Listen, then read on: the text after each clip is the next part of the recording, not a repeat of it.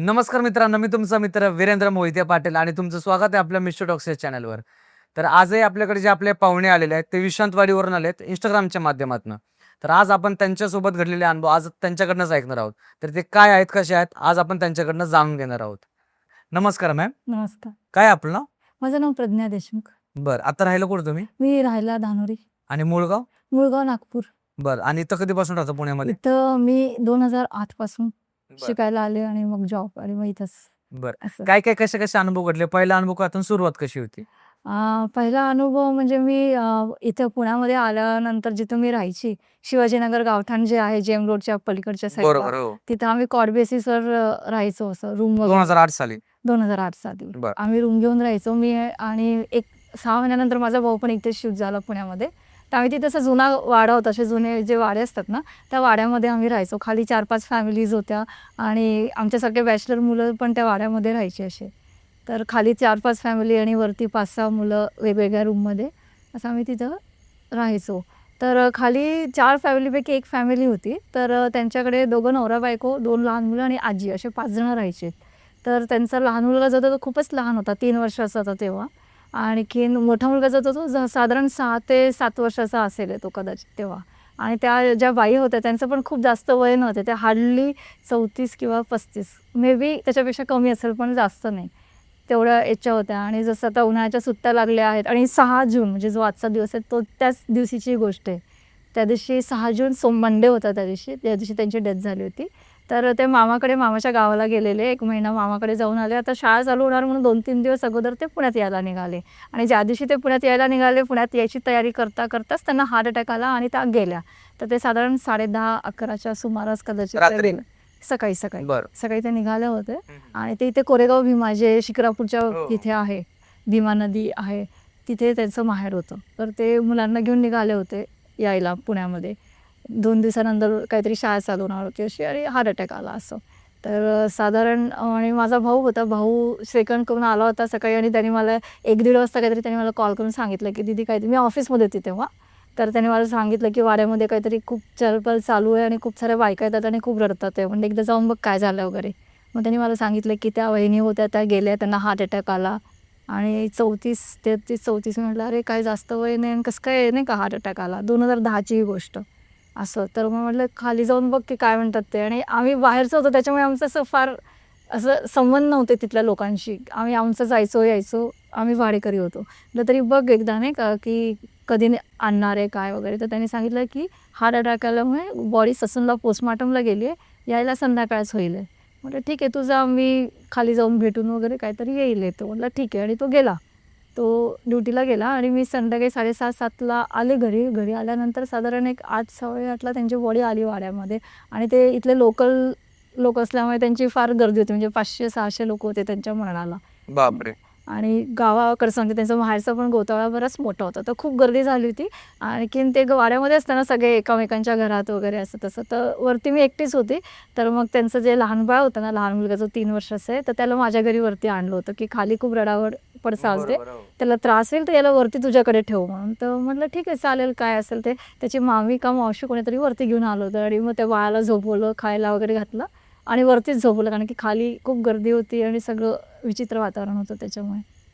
आणि मी तर काही खाली गेली नाही ते बॉडी बघायला. मी खिडकीत बघून सगळं बघत होते, गर्दी हे ते. आणि मग 1-2 तास त्यांचं ते अंघोळ घालणं, सगळं काय काय चाललेलं. आणि मग ते सगळे लोक बाहेर निघाले, म्हणजे बाहेर निघाले तर अख्खा वाडाच सगळा रिकामा झाला. सगळे जे वाड्यातले जे लोक होते ते सगळे गेले बाहेर. मी आणि तो मुलगा झोपला होता म्हणून त्याच्यासाठी मी थांबली होती, मी गेली नाही. म्हटलं की हा 1 तास झोपला, याच्यासाठी थांबावं, मी थांबली. तर जवळपास अर्धा तास झाला, पाऊण तास झाला, कोणीच आलं नाही. आणि माझी एक खिडकी होती लाकडाची, जसं जुन्या घराला असतं ना लाकडाचं फ्रेमची खिडकी, तशी खिडकी होती. आणि ती खिडकी अशा ठिकाणी होती की तिथून अख्खा वाडा दिसायचा, कोण आलं गेलं सगळं दिसायचं. मी त्या खिडकीत बसली होती नाही का अशी बघत. आणि अर्धा-पाऊण तासानंतर अचानक मला थंडी वाजून आली आणि असं अंगावर काटा तसं एकदम अंगावर काटा उभा राहिला. आणि माझ्या ध्यानीमनी काही नव्हतं, पण मी खूप असे आतमधनं असं पोटात गोळाल्यासारखं आणि घाबरून एक एनर्जी फील होते ना आपल्याला, असं काहीतरी एक एनर्जी फील झाल्यासारखी झाली. आणि मी खूप घाबरली, खूप घाबरली. आणि त्यावेळेस मला रिअलाईज झालं की वाड्यात कोणीच नाही आहे, आपण एकटं आणि हा मुलगा आहे म्हणून. आणि मी त्या मुलाची पण काळजी नाही केली आणि तशीच धावत वाड्याच्या बाहेर जाऊन बसली. मी वाड्याच्या बाहेर जाऊन बसली तर थोडा वेळ त्या मुलाची आजी आली, मला म्हटली की अरे बाळ कुठे? म्हटलं बाळवरती झोपले. आणि अगं वाड्यात एकटाच आहेस का? तो म्हटलं हो एकटा आहे. म्हटलं तू का नाही थांबली त्याच्याजवळ? म्हटलं नाही मला भीती वाटते, वाड्यात कोण नाही म्हणून मी बाहेर येऊन थांबली. मग त्याची आजी आली. तर जेव्हा आम्ही वरती गेलो ना, तर मी त्या बेडवर बसली होती ना, तो जो बेड होता तो अगदी खिडकीला लागून होता आणि मी उशीवर बसून खिडकीत बघत होती. जेव्हा मी परत गेली ना, ती उशी त्या बाळाच्या डोक्याखाली होती. अरे बापरे! ती उशी बाळाच्या डोक्याखाली होती आणि त्याला पांघरलेलं होतं. तुम्हाला म्हणजे खरं लक्षात आहे का? मला उशीचं लक्षात आहे, पांघरण्याचं माझं लक्षात नाही. पण उशीचं माझं चांगलं लक्षात आहे की मी उशीवर बसली होती असं. हो, बरोबर. पांघरण्याचं माझं लक्षात नाही. मग तरी मला असं वाटलं की कदाचित मीच ठेवली असेल किंवा त्याच्या मावशीने कोणी आल्या होत्या वरती, तर त्यांनी उशी वगैरे ठेवून पांघरून वगैरे गेल्या असतील बाळाला. 3 वर्षाचं होतं ते. तर मी काही एवढं लक्ष नाही दिलं. पण मला जोपर्यंत माझ्या लक्षात आहे तोपर्यंत मला आठवतंय चांगलं की मी त्या उशीवर बसलेली होती. आणि त्याच दिवशी रात्री माझा भाऊ सेकंड शिफ्टला गेला होता. तो रात्री 2-2:30 वाजता आला. तर 2-2:30 वाजता आला तर त्यांनी मला वाड्याच्या असं लाकडाचा दरवाजा होता. वाड्याला कसे दरवाजे राहायचे ना आधीच्या. तर त्यांनी वाड्याच्या वेळेस मला कॉल केला की दीदी तू खिडकीत येऊन थांब आणि लाईट लाव जिन्यातला ना, मी येतोय म्हणून. म्हटलं अरे तू काय घाबरतोस? म्हटलं नाही नाही तू लाईट लाव, मला भीती वाटते. म्हटलं ठीक आहे. मी लाईट लावला आणि मी खिडकीत येऊन थांबली. तर मग तो आला आणि खूप घाबरलेला होता. म्हटलं काय झालं? तर म्हणे मला मागून कंटिन्यू कोणीतरी आवाज देते, पंकुदादा पंकुदादा. तर मी म्हटलं कोणतरी गंमत करत असेल. तो म्हटला की नाही असं शुकशुक आवाज देते आणि पंकुदादा आवाज देते आणि मला दगड मारला. तर म्हटलं अरे कोणी टवाळखोर पोरं असतील आहे. तर म्हणे दीदी आता तुम्ही इतके दिवसच येते, मला कधी हा अनुभव नाही आला, आजच आला. तर ठीक आहे आता तुझ्या डोक्यात बसले तू तोच विचार करशील, जाऊ दे झोप. आणि झालं. आणि मग तेव्हापासून असं रोज काही ना काही व्हायचं आणि त्याचं डिस्कशन सगळ्यांमध्ये व्हायचं वाड्यांमध्ये. त्यांच्या घरच्यांना काही त्रास नव्हता होत, पण वाड्यामध्ये असं होत राहायचं. एक आमच्या खालीच एक फिटर राहायचे, तर ते सकाळी गाड्या पुसायला जायचे रोज. मग त्यांनी सांगितलं ते 4:30 वाजता उठायचे आणि बादली कपडा घेऊन तिथल्या गाड्या पुसायचे वगैरे. आणखीन ते तिथे गाडी पुसवायचे तेव्हा त्यांची बायको कचरा टाकायला द्यायची नाही का पहाटे अंधारात असं. तर मग त्यांचं पण होतं की आम्हाला कोणीतरी दगडं मारतंय. अलीकडे इतके वर्ष कधी नाही, पण इतक्यात आम्हाला कोणीतरी दगडं मारतंय असं. तर म्हटलं की आता सगळ्यांचं नाही काय असं एक चालू. आणि माझं या विषयावर कधी अनुभव नाही, तर ते माहिती पण नाही की काय नाही. हां, कधी डिस्कशन नाही, काही नाही. तर की नाही असं आता एकाचं चालू झालं तर आता हळूहळू सगळे चालू होतील असं माझं हे होतं. ते झालं आणि असं हळूहळू रोज काही ना काही होत होतं. पण माझ्या भावाला रोज काही ना काही आवाज यायचा किंवा काहीतरी व्हायचं किंवा तो म्हणायचा मला दीदी मला असं आवाज येतो की कोणातरी खूप त्रास होतोय आणि त्या त्रासात माणूस तसा आवाज करतो तसा त्या आवाज मला सतत येतो जेव्हा मी वाड्याकडे येतो तेव्हा. आणि तेव्हापासून तो रोज मला रात्री आला की मला लाईट लावायला सांगायचा. मग मी खिडकीत जायची, लाईट यायची, तो वरती येईस तर मी थांबायची खिडकीत वगैरे असं. ज्या दिवशी तेरवी होती त्याच्या आदल्या दिवशी आईला आम्ही सांगितलं होतं, म्हणजे आईला हे सगळं माहिती होतं ना, घरी नागपूरला पॅरेंट्सला सांगितलं होतं की आमच्या वाड्यात असं झालं हे ते असं. तर मग आईने म्हटलं की तेरवी आहे तर समजा त्यांनी तुम्हाला बोलवलं तर तुम्ही तेरवीचं जेवण जेवू नका. तेरवीचं जेवण असं जेवायचं नसतं, ते काही चांगलं नसतं वगैरे असं. आणि म्हणजे काय त्याच्या मागचं कारण काय? त्याचं मागचं काय असेल ते नाही माहिती, ते मोठ्या लोकांना माहिती. बरेच लोक तेरवीचं, श्राद्धाचं, 14वीचं वगैरे जेवण, मरणाचं जेवण जेवत नाही किंवा मरणाच्या घरात पण जेवत नाही जवळपास 1.25 महिना वगैरे. काय असतील काय निगेटिव्ह पॉझिटिव्ह वाईब्स, ते होऊ शकतं मे बी रिझन त्याच्या मागचं. तर आई सांगितलं की तुम्ही जेवायचं नाही, किती म्हणता तरी बिलकुल जेवायचं नाही त्यांच्या घरी. म्हटलं ठीक आहे चालेल. मग दुसऱ्या दिवशी भाऊची सेकंड होती आणि संडे होता, मी दिवसभर घरीच होती. तर आमच्या मागे ते लागले की तुम्ही जेवण करून जावा वगैरे असं तसं. आणि त्यांनी जेवण वाड्यात नव्हतं ठेवलं, थोडंसं लांब एक राकडोबाचं मंदिर आहे तिथे, त्या मंदिराच्या आवारात एक मंडप आहे, तिथं त्यांनी जेवण ठेवलं होतं. पण तुम्ही तिथं जाऊन जेवून घ्या वगैरे. म्हटलं हां आम्ही चाललोच आहे, तिकडे चाललो आणि आम्ही जेवू वगैरे.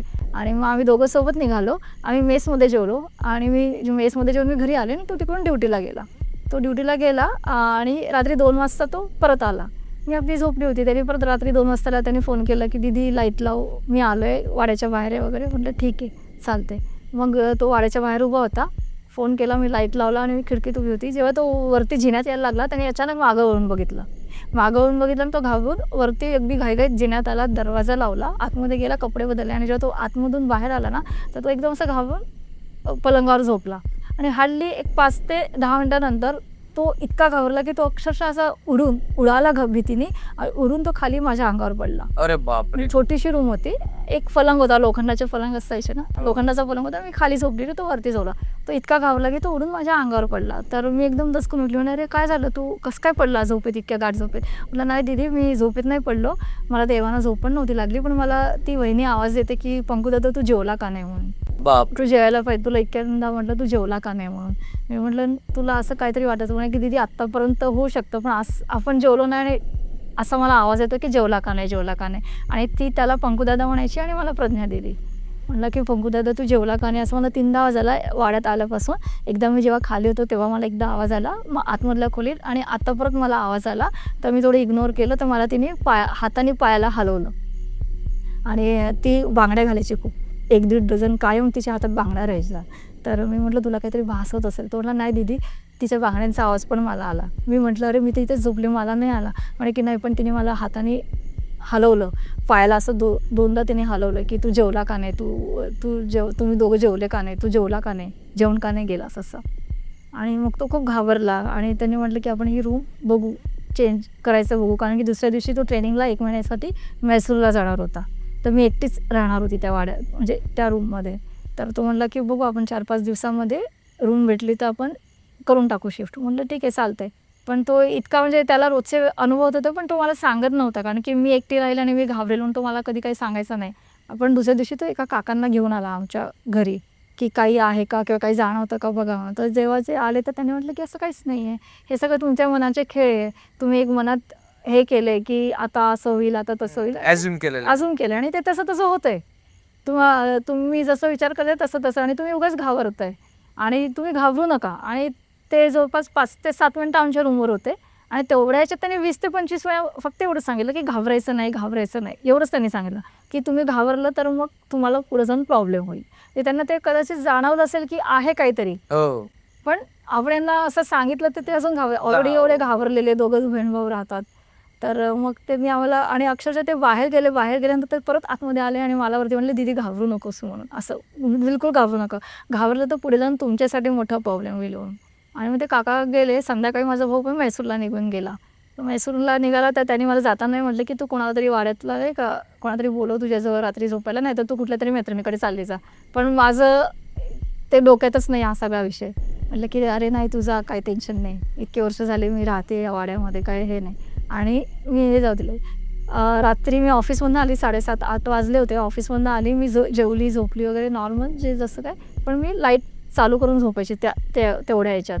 तर ट्यूबलाईट चालू होती रूमची आणि मी झोपली एकदम गाढ झोपेत होती. आणि एक थोड्या वेळानंतर म्हणजे थोड्या वेळाने बऱ्याच वेळानंतर जवळपास 2-2:30-3च्या सुमारास काहीतरी मला असं कोणाचा तरी आवाज आला की खूप त्रास होतो किंवा खूप ताप येतो जेव्हा आपण कसं कुदतो ना असं. आणि खूप म्हणजे असं कोणाला तरी खूप त्रास होतोय किंवा काहीतरी एखादी जखम खूप दुखते असा तो आवाज होता कोणाचा तरी त्रासाचा. आणि तो खूप साऊंड आणि क्लिअर आवाज येत होता मला. म्हणजे असं नाही की काहीतरी मला झोपेत काय वाटतंय का वगैरे असं. आणि एक्झॅक्टली टायमिंग तरी काय असेल अंदाजे 2 ते 3च्या मध्ये 2 ते 3 म्हणजे मला तरी असं वाटतं 2 ते कारण की माझी बऱ्यापैकी झोप झालेली होती. 2 ते 3च्या मध्ये झालं असेल साधारण. आणि असं खूप स्ट्रॉंगली आणि ती रूम छोटी होती खूप मोठी रूम नव्हती. त्याच्यामध्ये त्या रूममध्ये ना असं घुमतो ना आवाज असा घुमल्यासारखा तो आवाज येत होता. आणि त्या आवाजानेच इनफॅक्ट मला जाग आली. मला काही दिसलं नाही एकदम. आणि जाग पण कशाला एकदम डोळे उघडतात ना ताडकीने. एक झोप येते की जाग येते की जी हळूहळू उघडते. एकदम फटकेने माझे डोळे उघडले असे. डोळे उघडले तर मला साईडला काहीतरी जाणवलं उजव्या साईडला. डाव्या साईडला भिंत होती उजव्या साईडला काहीतरी जाणवलं. उजव्या साईडला मी बघितलं तर ती जी बाई मेली होती ती मला दिसली माझ्या बाजूला झोपलेली. ती झोपली तर मला ती दिसली की तिच्या नाकात कापूस टाकलेला कानामध्ये कापूस दिसत होता एका ह्याच्यातून. आणि तो जो लहान मुलांना आपण रुमाल बांधतो ना असा त्रिकोणी करून तसा रुमाल तिला बांधलेला होता. आणि तिचे जे 2 पायाचे अंगठे ते बँडेजनी बांधले होते. बापरे असे 2 म्हणजे दोरीने बांधतो तसं आपण. हां बँडेज बांधलं होतं तिचं. कदाचित पोस्टमॉर्टम वगैरे झालं असेल तर ते बँडेज बांधलं असेल तिच्या पायांना. तर दोन्ही तिच्या पायांना असं बँडेज बांधलं होतं. आणि ती लिटरली माझ्या बाजूला झोपली. मला अजूनही आठवतं पिवळ्या रंगाची साडी त्याच्यावर निळ्या रंगाची फुलं होती आणि तशी झोपलेली होती. आणि मी एकदम आहे तशीच एकदम कडक झाली. म्हणजे एक पोटात गोळा येतो किंवा काय आवाज येत नव्हता. एक तर मी पूर्ण घामाने हे झाली होती आणि थरथर कापायला लागली. लॉक झाली ती बॉडी. एकदम लॉक काहीच नव्हतं करता येत. मी फक्त असं तिच्याकडे बघत होती आणि मी लाईट चालू होता कंटिन्यू मी तिच्याकडे बघत होती आणि मला तो आवाजही येत होता. पण तिचे डोळे बंद होते आणि तोंडही बंद होतं.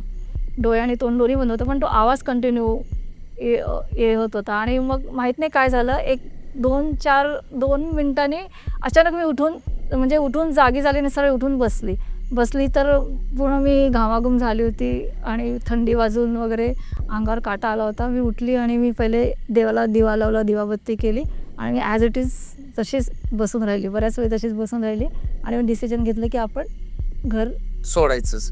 रूम सोडायची आपण आता इथे काय. आणि मग तिथे कारण की माझी तशी मनस्थितीच नाही राहिली की मी परत त्या रूमला, मी 2-3 दिवस मला रूम मिळाली नाही, तर मी 2-3 दिवस घरी आली नाही. मी तिथं हॉस्टेल होतं, हॉस्टेलमध्ये राहिली, लेडीज हॉस्टेल होतं तिथं राहिली आणि बऱ्याच मुली तिथे राहायच्या, त्यांच्या रूमवर 1-2 दिवस जाऊन मी राहिली आणि ऑफिसला सुट्ट्या घेऊन मी रूम शोधली. आणि माझे बाबा जेव्हा आले नागपूरवरून 2-3 दिवसांनी माझे बाबा आले पुण्यात आणि जेव्हा बाबा आले तेव्हा त्यांच्यासोबतच मी गेली त्या रूमवर आणि ती रूम खाली केली मी. अवघ्या 2 ते 3 दिवसामध्ये मी ती रूम खाली केली. आणि मग जेव्हा आम्ही ती रूम सोडली, आम्ही दुसरीकडे म्हणजे इकडे विश्रांतवाडीला शिफ्ट झालो, आधी शिवाजीनगरला होतो. आणि मग तिथले लोक वगैरे भेटायचे, बरेच ओळखीचे वगैरे होते. त्याच्यानंतर 6 महिन्यात, अवघ्या 6 महिन्यामध्ये अख्खा वाडा रिकामा झाला. फक्त त्यांची एक फॅमिली होती. बापरे. अख्खा वाडा रिकामा झाला. तिथे जे फिटर मी म्हटलं की जे कपडे म्हणजे गाड्या वगैरे, त्यांची जी बायको होती तिच्या सारखी ती यायला लागली. तिची तब्येत खराब व्हायची, तिला खूप पोटात दुखायचं आणि सारखी तिची तब्येत खराब व्हायची. मग त्यांनी नेलं असं कोणाकडे, जाणकाराकडे येते आणि एक 4-5 महिन्यामध्ये त्यांनी पण सोडलं. म्हणजे अख्खा तिथे जे बॅचलर्स पोर होते त्यांनी रूम सोडल्या, 2-3 फॅमिली होती, एक कोणी कात्रजला राहायला गेलं.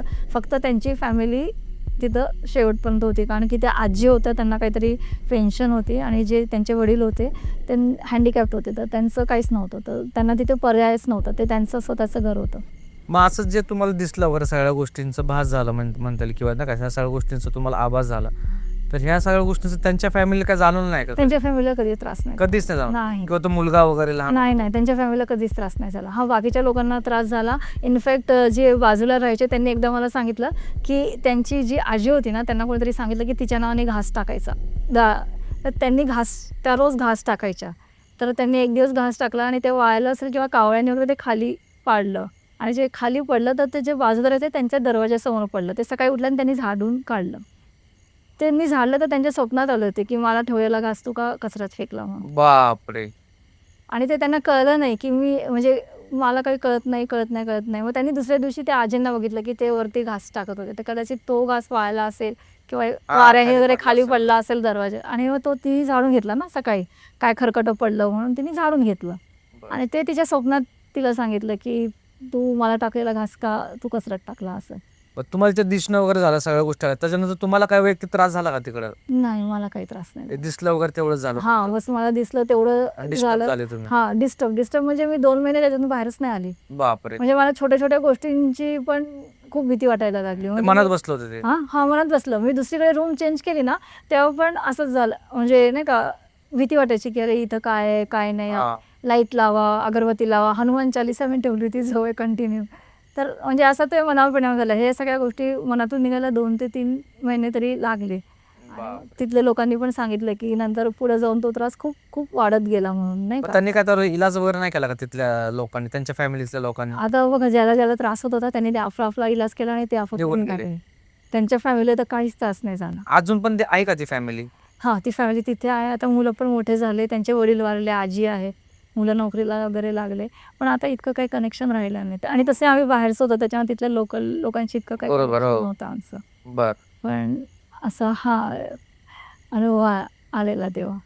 बर, ह्याच्या व्यतिरिक्त अजून एक अनुभव आहे ना, तो काय? मी ट्रेकिंग करत असते, कायम ट्रेकिंगला जात असते वगैरे, गडांवर. हा, तर जवळपास सगळे इथले किल्ले वगैरे सगळे मी फिरलेली आहे आणि त्याच्यामुळे चकवा काय असतं काय नाही ते बरेचदा अनुभवलेलं आहे. म्हणजे माहिती आहे काय असतं काय नाही असं, पण त्याच्यातले किती प्रकार असतात किंवा काय काय असतं तसं काय हे नाही. चकवा म्हणजे मला फक्त एवढं माहिती आहे की कुठेतरी आपण फिरत असतो आणि त्याच जागेवर येऊन पोचतो आणि जोपर्यंत तिराईक कुठला आवाज येत नाही किंवा माणूस दिसत नाही तोपर्यंत आपण त्या टाइम झोनमधनं बाहेर निघतो. आणि असं खूपदा झालेलं आहे असं. आणि मग ते लोक म्हणतात त्याच्या मागे बरंच सायंटिफिक रिझन देतात, पण ते होत राहतं. म्हणजे माहिती असून या गोष्टी आमच्यासोबत बरेचदा घडतात. हे 2020 ऑक्टोबर 3rd वीकची गोष्ट आहे. पोस्ट करोनामुळे 5-6 महिने ट्रेकिंग वगैरे आम्ही काही गेलो नाही आणि नंतर हळूहळू सगळं रिलीज व्हायला लागलं होतं. म्हणजे नाही का, लॉकडाऊन वगैरे उठलं आणि थोडं नॉर्मल व्हायला लागलं, तेव्हा आम्ही ठरवलं की आपण नाही का एखादा ट्रेक करूयात म्हणून. तर आम्ही राजगड टू तोरणा जो रेंज ट्रेक आहे तो करायचा आम्ही ठरवलं. तर तो ट्रेक होता 2 दिवसाचा. जसं की आमचं ठरलं की आपण राजगडवरनं चढायचं, रात्री तिथं थांबायचं फोर्टला आणि दुसऱ्या दिवशी तोरणा करून तोरणावरनं आपण खाली उतरायचं. आणि आम्ही जेव्हा तो ग्रुप जमा केला तेव्हा जवळपास 12 ते 13 लोकं आमचे त्या ग्रुपमध्ये जमले की आम्ही येतो, आम्ही येतो. आणि ज्या दिवशी आम्हाला जायचं, जो सॅटर्डे होता, ज्या दिवशी आम्हाला जायचं त्या दिवशी आम्ही 5च लोकं होतो. आम्ही 3 मुली आणि 2 मुलं. म्हटलं ठीक आहे, फास्ट तर फास्ट जाऊ आपण. तर आम्ही इथून 2 व्हीलरवर गेलो आणि 50-60 किलोमीटर आहे वाले आणि तोरणा आणि राजगड पुण्यापासून. तर आम्ही म्हटलं 2 व्हीलरवर जाऊ. पण असं होतं की म्हणजे जायचं कसं, म्हणजे एका गडावरनं चढणार, एकावरनं उतरणार, मग ट्रान्सपोर्ट कसं करायचं. तर आम्ही काय केलं ना, आम्ही तोरणावरनं खाली उतरणार होतो. म्हटलं तोरणावरनं खाली उतरल्यानंतर मग आपण कुठं ट्रान्सपोर्ट बघायचं ना, सकाळ होते संध्याकाळ होते, आपण तोरणाला गाड्या लावू आणि एखादं लोकल ट्रान्सपोर्ट घेऊन आपण राजगडला जाऊयात. मग आम्ही तसंच केलं, तोरणाला गेलो, तिथे गाड्या लावल्या, राजगडला गेलो. राजगड आम्ही चढलो आणि तिथे महादेवाच्या मंदिरात आम्ही थांबलो. आणि नेमकं त्या दिवशी वाळवाचा पाऊस म्हणत ना, खूप धो पाऊस, खूप भयंकर पाऊस आला. ते रात्रभर नुसता पाऊस येत होता आणि सकाळी झालं तरी तो पाऊस काही थांबना. 8 वाजले, 9 वाजले आणि तिथे गेल्यावर कळलं की अजून 2-3 ग्रुप होते की ज्यांना तो ट्रेक करायचा होता. म्हणजे आम्ही त्या ग्रुपमध्ये 5च जण होतो, पण अजून 2 ग्रुप होते की चला आपण करूयात तो ट्रेक असं. पण सकाळी पाऊस थांबेना तर त्यांनी कॅन्सल केला. पण आमचा प्रॉब्लेम झाला की ट्रान्सपोर्टचा प्रॉब्लेम. आम्ही गाड्या तर तिकडे लावल्या त्या तोरणाला, तर आम्हाला जावंच लागलं. मग आम्ही चालू केला आणि आम्ही गेलो तोरणाला. आम्ही 9 वाजता चालू केलं. दुसऱ्या दिवशी रात्रभर पाऊस होता आणि दुसऱ्या दिवशी पण रिमझिम पाऊस होता. तर ट्रेक एकदम फुल स्पीडमध्ये झाला आणि आम्ही सगळे नेहमीचे करणारे होतो. तर आम्ही अगदी वेळेत तो पार पडला टप्पा आणि तोरणा आम्ही दुपारी 1 वाजता पोचलो. आणि आमचा एक 11:30-12ला अपेक्षित होतं, तर आम्ही 1 तास उशिरा पोचलो. म्हणजे तेवढं तर टाईम घेऊन चालावंच लागतं. 1-1.5 वाजता आम्ही पोचलो, पुन्हा तोरणा फिरलो आणि सकाळपासून काही खाल्लं नव्हतं, खाल्लं फिरलं आणि साधारण 2 वाजता आम्ही खाली उतरायला लागलो. आम्ही 5 जण होतो, एक कपल होतं त्याच्यामध्ये. आम्ही जेव्हा खाली उतरायला लागलो तर त्या कपलमध्ये दोघांमध्ये खूप भांडण झाले. का तर ती जी मुलगी होती तिच्या घरचे लोक कंटिन्यू कॉल करत होते आणि रेंज येत नाही मोबाईलला. आदल्या दिवशी बॅटरी चार्ज केलेली, ते कसं बसं आम्ही बॅटरी पुरवत होतो सगळेजण की आहे. आणि कंटिन्यू तिचे कॉल येत होते त्यांच्या घरून आणि त्यांना पण म्हणजे मुलगी गेली आहे, आली नाही अजून काय, आणि ते एकतर रेंज नव्हती येत, फोन कोणी उचलत नव्हतं. तर त्यांना ती खूप काळजी होत होती. जसं कॉल नव्हता लागत तर त्यांना खूप काळजी होती की कॉल का नाही लागत. पण आम्ही गडावर रेंजच येते. ज्यांची रेंज होत होती त्यांचं बॅटरी डाऊन झाली होती, ज्यांना बॅटरी डाऊन होती त्यांना रेंज नव्हती. आणि अशाच्या त्यांचं त्या दोघांचे खूप भांडण झाले आणि त्यांना समजून आम्ही बाकीचे तिघं, तर त्याच्यात आमचे 2 तास गेले. बापरे. 4:30-5 वाजले आणि नंतर त्या दोघांचे काहीतरी भांडण झाले आणि ती मुलगी तर समोर निघून गेली.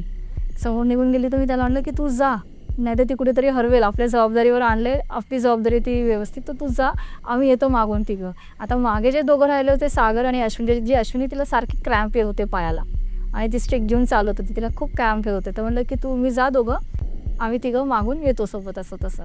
आणि अश्विनी सागर अजून थोडे माझ्यापेक्षा लांब राहिले, हे दोघं समोर गेले आणि मध्ये मी राहिली. तर मी आपलं हळूहळू चालायला सुरुवात केली. म्हटलं की हे येतील आणि स्पीड कवर करतील. तर मी हळूहळू चालायला लागली आणि तेव्हा खूप गर्दी नव्हती, कारण की करोनामुळे बरेच लोक नव्हते, थोडे लोक होते. तर ते मागून येऊन समोर जात होते. एक दोघांनी मला पण विचारलं की तुम्ही एकट्या की सोबत आहे. म्हटलं आहे माझ्यासोबत.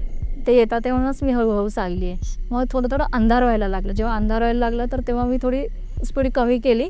मग एक जण जात होता, तो म्हणला की मॅडम तुमच्यासोबत आहे ना कोणी, की चला माझ्यासोबत खाली. म्हणजे नाही, माझे 2 जण आहे. म्हणजे नक्की आहे ना तर मागे. म्हटलं की हो आहे. म्हटलं तुम्हाला दिसलं की असे 2 मुलं, एक ब्रनकट आहे, एक मुलगी चालत आहे हळू, म्हणजे तिला पायाला थोडा त्रास. म्हणजे हां मला दिसले, 2 जण दिसले अशातले.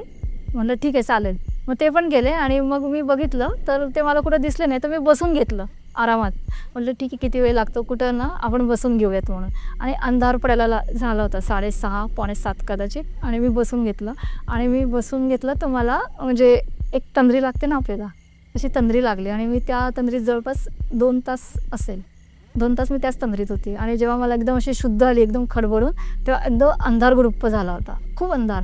आणि मी म्हटलं बापरे, हा तर खूपच अंधार झाला, मी निघते.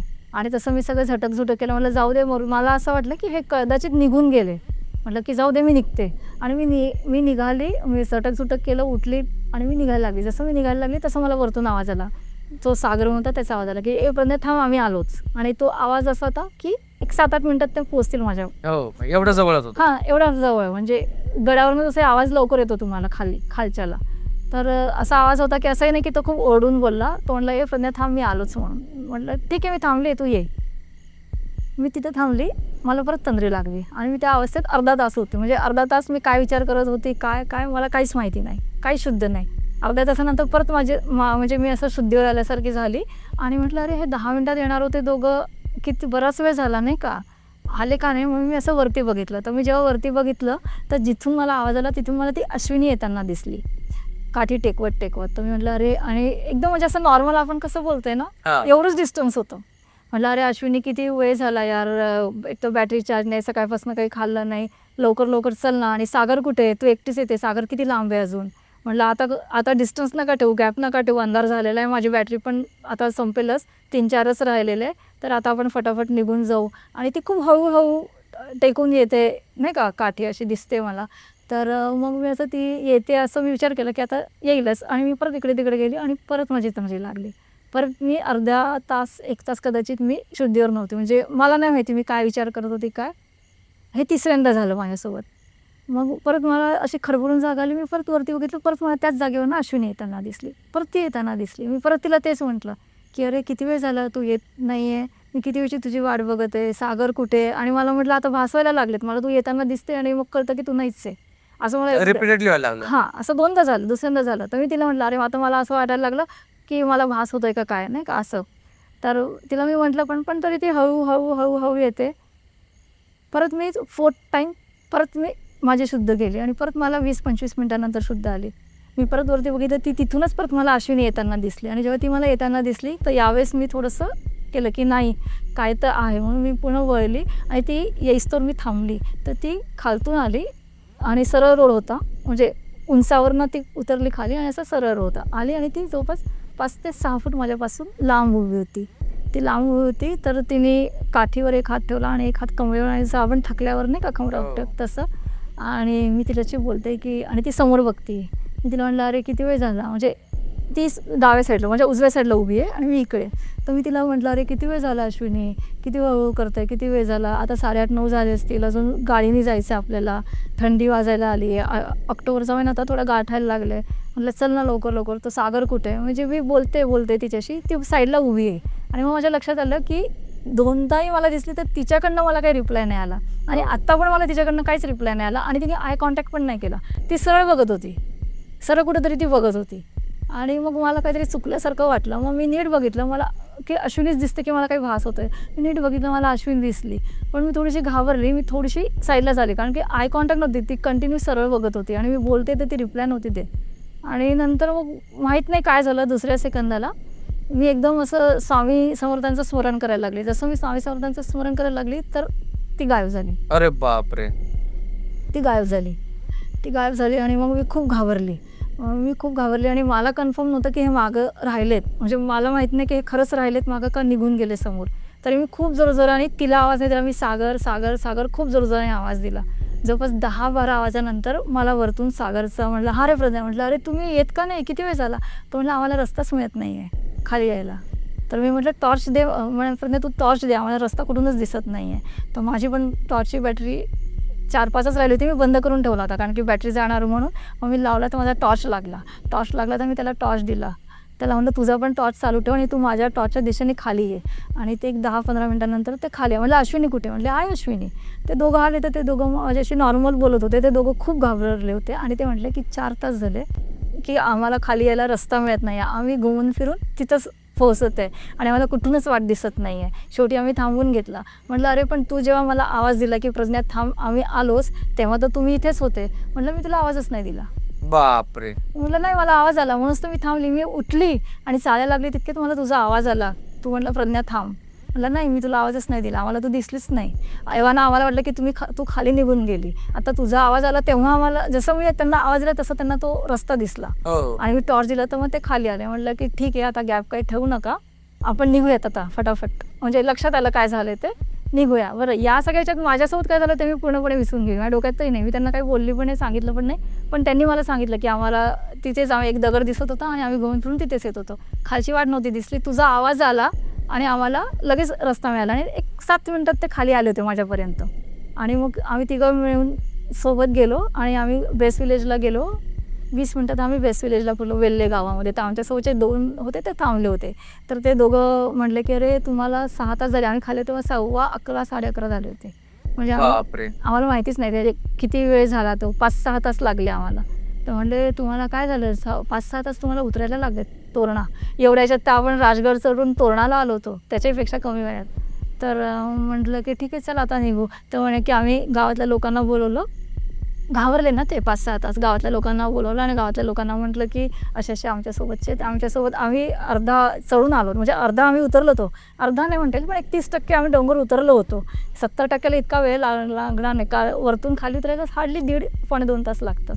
तुम्हाला 6 तास लागले. म्हणजे आम्ही खूप घाबरलो की तुमच्यासोबत काय झालं काय नाही. आम्ही गावातल्या लोकांना बोलवले. तिथे पोलीस स्टेशन आहे खालीच. म्हणजे आम्ही पोलिसांना पण सांगितलं, पण वरती कोणी यायला तयार नाही. आता अमावस्या लागली म्हटले. पितृपक्ष अमावस्या होती त्या दिवशी, म्हणजे लागली होती. आम्ही गेलो तेव्हा नव्हती, तेव्हा नंतर लागली होती. मग आम्ही कसं तरी लोक यायला रेडी होते, 2-3 लोक जमा झाले होते आणि यायला निघाले होते. पण मग आम्ही खाली उतरलो. आम्ही घरी गेलो. घरी जायला 1-1.5 वाजले. आणि माझ्यासोबत जे झालं ते माझ्या डोक्यातून पूर्णपणे निघून गेलं. म्हणजे काही झालंच नाही असं. आणि मी झोपली तर मला झोपेत जो सिक्वेन्स झाला तो परत मला आठवला. आणि जो शेवटची जी मला ती दिसते की ती माझ्या बाजूला उभी आहे आणि समोर बघते आणि मी बोलते, ती माझ्याकडे लक्ष देत नाही आणि सरळच बघते आहे. मी जेव्हा झोपेत होती तेव्हा तिने माझ्याकडे बघितलं आणि ती कुंकू लावलेली एक बाई दिसली मला अरे बापरे. झोपेत. म्हणजे तोपर्यंत मला भीती नाही वाटली, पण मी घरी गेल्यानंतर जेव्हा झोपली आणि तिने असं बघितलं तेव्हा मी खूप घाबरली. मग मी दुसऱ्या दिवशी या पोरांना सांगितलं, अरे असं असं झालं. म्हणे तू काल काही बोलली नाही. म्हटलं माझ्या स्वतःच्या डोक्यात नाही, पण काल रात्री मला स्वप्नात असं असं दिसलं. तेव्हा मग मला जाणवलं की अरे आपल्यासोबत काहीतरी हा सगळा प्रकार घडला वगैरे असं. मग ते पण सांगत होते की आम्हाला वरती चकवा खूप हे केलं. याच्या आधी पण लागलं, पण इतकं नाही. काल 3-4 तास म्हणजे खूप जास्त झालं वगैरे असं तसं. आणि म्हणजे तुझ्यासोबत तर खूपच भयंकर झालं. पण मी म्हटलं की आता झालं. पण दुसऱ्या दिवशी मला ताप वगैरे यायला सुरुवात झाली. दुसऱ्या दिवशी ताप आला आणि मग त्याच्यानंतर काय झालं ना, रोज संध्याकाळी ती पर्टिक्युलर वेळ झाली की माझ्या पोटात दुखायचं, भयंकर दुखायचं. इतकं पोटात दुखायचं आणि ती वेळ थोडीशी टळली की आपोआप बंद होऊन जायचं. 1 दिवस झालं, 2 दिवस झालं, 3-तिसऱ्या दिवशी माझ्या ही गोष्ट लक्षात आली की आपल्याला पोटात दुखतंय ह्या पर्टिक्युलर वेळेला. म्हणजे ज्या वेळेला मी तिथे होती ना त्यावेळेला मला पोटात दुखायला सुरू होतं आणि थोड्या वेळाने नॉर्मल होऊन जातं. मग माझ्या ऑफिसमध्ये एक मुलगा होता, तर त्याची देवीचं वगैरे करायची. तर मी त्याला सांगितलं, अरे मला असं, म्हणजे त्याला सांगितलं की असं झालं आणि आता मला असं असं होतं आहे. तर तोपर्यंत नवरात्र लागून गेले होते. तर मग त्याच्या आईने सांगितलं की आता 9 दिवसात काही करता येत नाही, तिला ते पुन्हा 9-10 दिवस थांबावं लागेल. बापरे. आता 9 दिवस काहीच तोडगा करता येत नाही आणि कुठंच काही होणार नाही. नवरात्र संपले की मी देते तिला काहीतरी. मग ते 9 दिवस कंटिन्यू होतं. म्हणजे ती एक पर्टिक्युलर त्रास होतच होता का 9 दिवस? 9 दिवस मला पोटात दुखायचं. आणि मला लक्षात 3-4 दिवशी आलं की हे आपल्याला होतंय म्हणून. मग मी 9 दिवस झाले. मग मी म्हटलं की बघ उद्या नवरात्र संपतात आहे, तुझ्या आईला एकदा आठवण कर वगैरे. मग त्याच्या आईने काहीतरी दिलं, म्हणे की हे तिला दे आणि तिला सांगायचं की नदीत टाकायचं, नदीत किंवा चौकात कुठेतरी टाकायचं आणि मागं वळून नाही बघायचं म्हणून. तर म्हटलं ठीक आहे. त्याने मला दिलं. म्हटलं चौकात कुठे, आपण टाकून देऊ नदीत. म्हणजे आपण कोणाला टाकलं चौकात आणि असं नको की ते दुसऱ्या कोणाला व्हायला पाहिजे. बरोबर. सो बेटर आपण नदीत टाकू. तर शनिवार वाडा आहे ना, नदीचं काठ आहे जे, मी त्या काठावरनं आले आणि मी ते काढणार. माझ्या अंगात गाडी लावायचं पण त्राण नव्हतं. माझं साईड स्टँडसुद्धा निघत नव्हतं, एवढी माझी बॉडी जड झाली होती. म्हणजे पूर्ण जड झाली. मला चालता नव्हतं येत. हात टाकलं तर माझ्या हाताला ते जे तिने दिलं होतं ते गावातच नव्हतं. एवढीशीच पिशवी होती पण ते हाताला लागत नव्हतं. मग मी कसं बसं केलं आणि मला लक्षात आलं की मला चालता पण येत नाही आणि खूप भयंकर बॉडी जड झाली आहे. पाय हात एकदम जड होऊन पडलेत असं माझ्या लक्षात आलं ते. पण मी म्हटलं की समजा असं आहे तर हे खूप डेंजर गोष्ट आहे, हे आपल्याजवळ ठेवणं चुकीचं आहे. मग मी खूप हिंमत करून, म्हणजे भीती तर काही नाही, पण ते चालताच नव्हतं येत मला. बरोबर. असं बसं मी गेली आणि हळूच हाताने, म्हणजे मला असं मोठ्याने असं फेकता पण नाही, अगदी हलक्या हाताने नदीत सोडून दिलं आणि मग तशीच निघाली, मागं नाही बघितलं. पण त्यानंतर मला तो काही त्रास नाही की जे पोटात दुखणं होतं वगैरे, ते सगळं गेलं. बर. आता ज्यावेळेस तुम्ही म्हणलं की तुमचे जे फ्रेंड्स मागून येत होते आणि तुम्ही पुढे जात होते, पण तुम्हाला 1-2 लोकांनी विचारले की तुम्ही एकटे का चालत, बरोबर? त्याच्यानंतर मग तुम्हाला कोणी तिथं भेटलं नाही का, किंवा त्यांना कोण भेटलं नाही का तिकडे माणसं? नाही काय, करोनानंतर गेलो होतं ना, खूप कमी गर्दी होती तिथे. फार तुरळक लोक. एरवी सॅटर्डे संडे खूप गर्दी असते, पण तेव्हा खूप कमी गर्दी होती. तिथे अलाऊ पण नव्हतं जायला. म्हणजे पण तिथले लोक ना जाऊ द्यायचेत, कारण की इतके दिवस बंद होतं त्याच्यामुळे लोकांचं आवक पण बंद झाली होती ना जे बरोबर. गडावरची. तर मग ते दाखवायचे चोराटा की इकडून जा, इकडून जा, जा तुम्ही वगैरे. तर खूप कमी तरी तरी असतील 60-70 लोक होतेच, म्हणजे आम्ही होतो आणि वरती गडावर त्या 60-70 पिरियड मध्ये कोण आलं नाही का तुमच्या इथं? आले ना. त्यांनी विचारलं स्टार्टिंगला त्याच्यानंतर नाही आले ना? नाही, त्याच्यानंतर मध्ये 1-2 जण आले, की त्यांना जाणवलं की ही एकटीच दिसते आणि आता गडावर कोणी नाही आहे वगैरे. तर त्यांनी म्हटलं की कोणी आहे ना तुमच्यासोबत? म्हटलं हो आहे, मागून येतात, तुम्हाला दिसले का? तर म्हटले की नक्की आहे ना की चालले गेले? म्हणलं नाही नाही आहेत असं. आणि दोघा-तिघांनी म्हटलं की नाही तर चला आमच्यासोबत. म्हणलं नाही नाही आहेत ते, मी येते त्यांच्यासोबत. आणि मी जेव्हा खाली बसली आणि 1-2 तासांनी झोप लागली असेल म्हणा किंवा कुठल्या तरी विचारात, तेव्हा मला डाऊट आला की हे आहेत का गेले? मग मला असं वाटलं हे गेले तर नाही आणि मी मूर्खासारखी यांची वाट बघत बसली, कारण की इतका वेळ तर नाही लागणार त्यांना यायला. बरं. आणि ज्यावेळेस तुम्ही खाली आलात सगळेजण तुम्ही नाही का तुमचे फ्रेंड्स वगैरे, तर तुम्ही तिथल्या गावकऱ्यांना विचारलं, गाव सांगितलं की झोपलं होतं, गावात कोणीच नव्हतं. कोणच नव्हतं? मग काय तिकडे काय विचारायचं संबंध? नाही, 11:30 राहिले. त्रास का तुम्हाला फक्त ताप वगैरे आला, बाकी व्यवस्थित त्याच्यात? हां, नाही नाही बाकी ताप काही आला. त्रास नाही? नाही नाही, बाकी काही त्रास तुमच्या मित्रांना वगैरे काय? नाही, पण त्यांना काहीच काहीच नाही. त्यांना तर चकवा लागला होता, ते झालं. आणि मला भीती पण केव्हा, मी जेव्हा स्वप्नात हां, ती बाई बघितली कुंकू वाई बघितली, कुंकू लावली, तेव्हा तेव्हा मला तेव्हा मी घाबरून मला ताप आलेला. आणि मग त्याच्यानंतर मला ते पोटदुखी होती 9-10 दिवस, जोपर्यंत नवरात्र संपले नाही आणि तो तोडगा केला नाही तोपर्यंत रोज पोटात दुखायचं मला. आणि अगदी अचानक असं दुखून यायचं खूप खूप जास्त, म्हणजे सहन नाही व्हायचं. आणि काही वेळाने 20-25 मिनिटांनी ओके होऊन जायचं आपोआपच, औषध वगैरे काही न घेता असं. ठीक आहे. तर मित्रांनो, हे होते मॅमसोबत घडलेले 2 भयानक अनुभव आणि त्यांनी खूप चांगल्या प्रकारे सांगितलेले आहेत. आणि चाकव्याचा काय प्रकार असतो आणि त्याच्या आधी त्यांनी एक तो प्रकार सांगितला, तोही खूप डेंजर होता. मॅम आपल्याकडे इंस्टाग्रामच्या माध्यमातून आलेल्या आहेत. तुम्हालाही आपल्या पॉडकास्टवर यायचं असेल तर गुगल फॉर्मची लिंक दिलेली आहे आणि इंस्टाग्रामच्या पेजचीही लिंक दिलेली आहे. जर तुम्हालाही तुमचे अनुभव मिस्टर टॉकच्या माध्यमातून पूर्ण महाराष्ट्रभर तुम्हाला पोहोचवायचे असतील, नक्की तुम्ही आम्हाला कॉन्टॅक्ट करू शकता. तर मित्रांनो, मॅमच्या अनुभवातून तुम्हाला काय काय शिकायला भेटलं की आम्हाला कमेंट करून सांगा. आणि आता आज आपण इकडंच थांबूयात. धन्यवाद. जय हिंद, जय महाराष्ट्र.